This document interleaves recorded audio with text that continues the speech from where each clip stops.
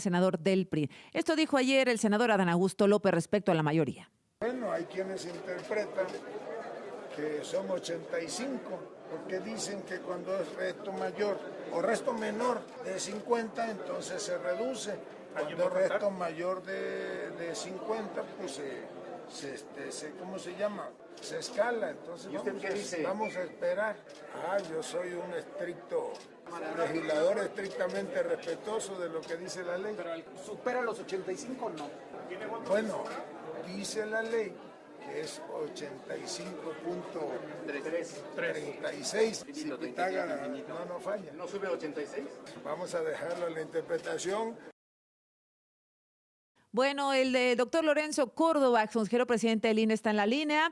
Dice el senador Adán Augusto López que con 85 tienen mayoría. Querido Lorenzo, buenos días.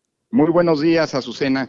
Bueno, pues parte de los afanes del autoritarismo es reescribir no solo la historia, no solo las leyes como están tratando de hacer, sino también las leyes matemáticas. Creo que esto evidencia, ayer lo decía en un tuit, Azucena, pues digamos esta lógica que ya sabes, ahora las matemáticas y la comprensión de lectura, pues ya no son materias que se evalúen, sino que se pasan porque se pasan, sepas o no matemáticas, y lo que estamos viendo es una discusión absurda, pues porque se pretende, digamos, aplicar el redondeo donde no aplica el redondeo. Cuando se tiene que, así se llama esta operación en la que todo lo que, digo, pues es que no se conoce por lo visto, ¿no? No, cuando sí, una es que cifra, es como, cuando una, es como cuando redondeas en el súper, perdóname. Exactamente. Ajá. Redondear significa pues aplicar una fórmula matemática en el sentido de que toda aquella fracción de un entero que va del punto 1, 0.1 al 0.5 implica que se baja, y del 0.6 al entero siguiente que se sube el siguiente entero. Pero eso no aplica aquí, porque para que aplicara tendría que decirlo la Constitución, y la Constitución es muy clara. Para poder aprobar una reforma constitucional, dice el artículo 135, se requiere que voten a favor al menos las 2/3 partes de los legisladores presentes. Y las 2/3 partes de 128, que es la totalidad de cientos de senadores, asumiendo que todos estén presentes, esto se va a confirmar el día en que se vote. Pero Oye, si Lorenzo, tomamos en cuenta que son 128 senadores, las 2/3 partes es el 66.666 y en adelante, por doctor, ciento. doctor, me da mucha pena porque sé que estás en clase, lo sé, te pido una disculpa No te enorme, preocupes. pero me Y ese alcanza derecho el constitucional, corte. pero también enseño matemáticas. ¿Podrías esperarme? Claro, por supuesto. Ay, muchas gracias. Nada. Las 8:16, el doctor Lorenzo Córdoba continúa en la línea. Gracias, Lorenzo, por permanecer ahí. Ya sabes que los cortes son automáticos y bueno, vuelvo contigo. Entonces, gracias, Azucena. La mayoría calificada son 86. 86, mira, ya es muy sencillo. Sé que manejar fracciones es muy complicado para algunos, pero basta hasta revisar los documentos oficiales que la propia Secretaría de Gobernación ha publicado en términos de cómo son las reglas para la reforma constitucional. Y la propia Secretaría de Gobernación de este gobierno morenista ha señalado que la mayoría calificada son 86.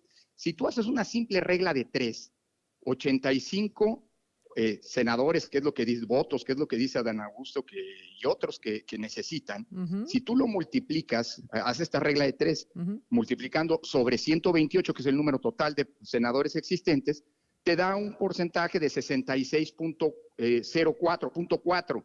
66.4 no es 66.6, que es las 2/3 partes. Okay. Por lo tanto, te tienes que ir al que sigue. Como tú no puedes destazar a un senador a la mitad, digo, a veces dan ganas, pero pues, perdone la broma, ¿no? Ajá. Pero pues como no se puede hacer eso, entonces tú tienes que irte al número, no al inferior, porque la Constitución dice al menos las 2/3 partes, sino al número que está, o que tenga el 60, que represente el 66.6 o más, y 66.4, que son 85 senadores respecto de los 128, pues es menos.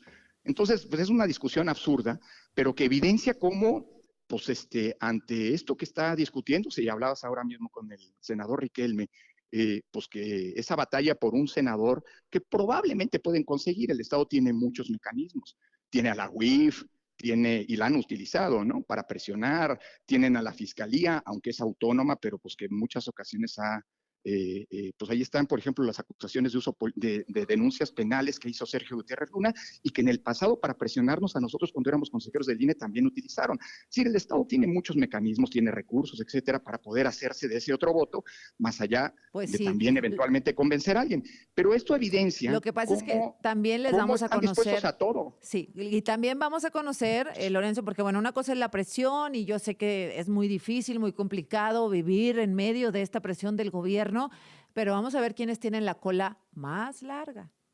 Eso sí es cierto, Eso se pero ve. digamos, a ver, lo que está en juego aquí no es solamente, digamos, la cuestión de cada una de las personas. Mira, y te lo digo en primera persona, Azucena, el gobierno anterior, el gobierno actual, todos los gobiernos van a presionar, esa es la política, no debería, pero pues así juegan todos, unos más sucios que otros. Y yo creo que en este momento estamos en un momento de definición, en un contexto de definición de la vida del país.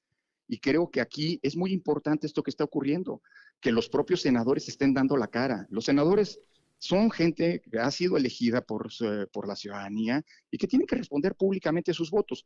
No dudo ni tantito hablando de las chicanas a las que nos tienen acostumbrados, como esto que no queda, que es una suciedad. Hoy estamos hablando de una reforma importantísima. ¿Por qué con las prisas? Bueno, entiendo las prisas, ¿no? Ya lo dijo Mario Delgado. Esto es un regalo de despedida al presidente. Increíble que una reforma al Estado de tal calado sea un regalo, lo vean como un regalo. Pero bueno, eso habla de cada quien. Lo que quiero decir es que es tan delicado lo que están haciendo que deberían al menos hacerlo bien. Hoy existe la duda de si votaron o no los choferes y los guardaespaldas de los diputados. Los fotógrafos y los asesores. Un desaseo de aquel tamaño que no dudo ni tantito que vayan a querer, entre otras cosas en el Senado, pedir que la votación sea secreta, precisamente para eludir la responsabilidad. Claro. Hay que poner sobre la mesa todos los escenarios, porque son capaces de tratar de, con la secrecía del voto, tratar de ocultar pues, los actos de coacción o de compra o de soborno. Bueno, pero así. déjame, te doy una contrapropuesta. La oposición puede mostrar su voto y después ponerlo en la urna. Bueno, si la intención es la transparencia y el compromiso, pero yo creo que, claro, y hay quien dice, bueno, también el voto secreto le permitiría a senadores que por lo menos en el pasado tuvieron una trayectoria honorable, pues también votar en contra. Claro. Pero lo dudo mucho. Yo creo que aquí las cosas hay que hacerlas como se deben. Los votos en el Senado, salvo en situaciones excepcionales, deben ser públicos y cada quien tiene que hacerse responsable frente a la ciudadanía y frente a la historia de sus decisiones. Por eso creo que es muy importante que pues los senadores de oposición pues estén haciendo este ejercicio, como lo hizo ahora Riquelme, como lo hizo el PAN, como lo ha hecho Movimiento Ciudadano, de plantear públicamente cuál es su posicionamiento y cuál será el sentido de su voto frente a este tema. Y bueno, pues esto evidencia, digamos, los intentos de chicana, ahora hasta matemáticas que están pretendiendo, ¿no? Porque entonces no están tan seguros de tener la mayoría. Pues no lo sé, Azucena. Pero lo que sí me queda claro es que es una decisión que se está tomando al filo de la navaja, lo cual habla también de lo imprudente de esto. Azucena, estamos redefiniendo uno de los poderes del Estado y eso implica un cambio constitucional. Yo he venido insistiendo mucho en que la Constitución debe ser vista, y esto no lo digo yo, Azucena, lo dijo mi padre, yo fui alumno de mi padre. Hay quien ha sido también alumno de mi padre, dice al menos haber sido alumno de mi padre, pero pues que no, se ve que no aprendió mucho lo que decía Arnaldo Córdoba. Yo cito a Arnaldo Córdoba. Arnaldo Córdoba decía que la Constitución es ante todo un pacto político, un arreglo de los distintos sectores de la sociedad que se ponen de acuerdo respecto a cómo va a ser el gobierno común. La Constitución no debe ser vista como la imposición de una parte sobre los demás, sino el producto de un amplio consenso. Bueno, hoy estamos viendo que se está cambiando uno de los pilares fundamentales de la vida de nuestro Estado, es decir, el Poder Judicial, como resultado de una imposición de unos que quieren ponerle unas velitas encima de esta reforma y decir felicidades y muchas gracias, señor presidente. Creo que la gravedad de esa decisión debería llevarnos a una reflexión mucho más amplia, como la ha invitado todo mundo, los estudiantes, el propio Poder Judicial, la ONU, la relatora de independencia judicial de la ONU, la relatora de libertad de expresión y transparencia de derecho a la información de la propia ONU, los gobiernos de nuestros socios comerciales. En fin, yo creo que ojalá y prevalezca la razón, pero sobre todo, en el peor de los casos, si la razón no prevalece, pues que prevalezcan las matemáticas, ¿no? Por lo menos, Azucena. Es correcto, doctor. Entonces 86, eso es indiscutible. Así es. Muy bien, Las doctor, pues matemáticas no mienten. te dejo que sigas con tu Cuídate clase. mucho. Muchas gracias, muy Gracias, amable. Azucena, chao. Francisco Villalobos en Texas. Buenos días, Francisco.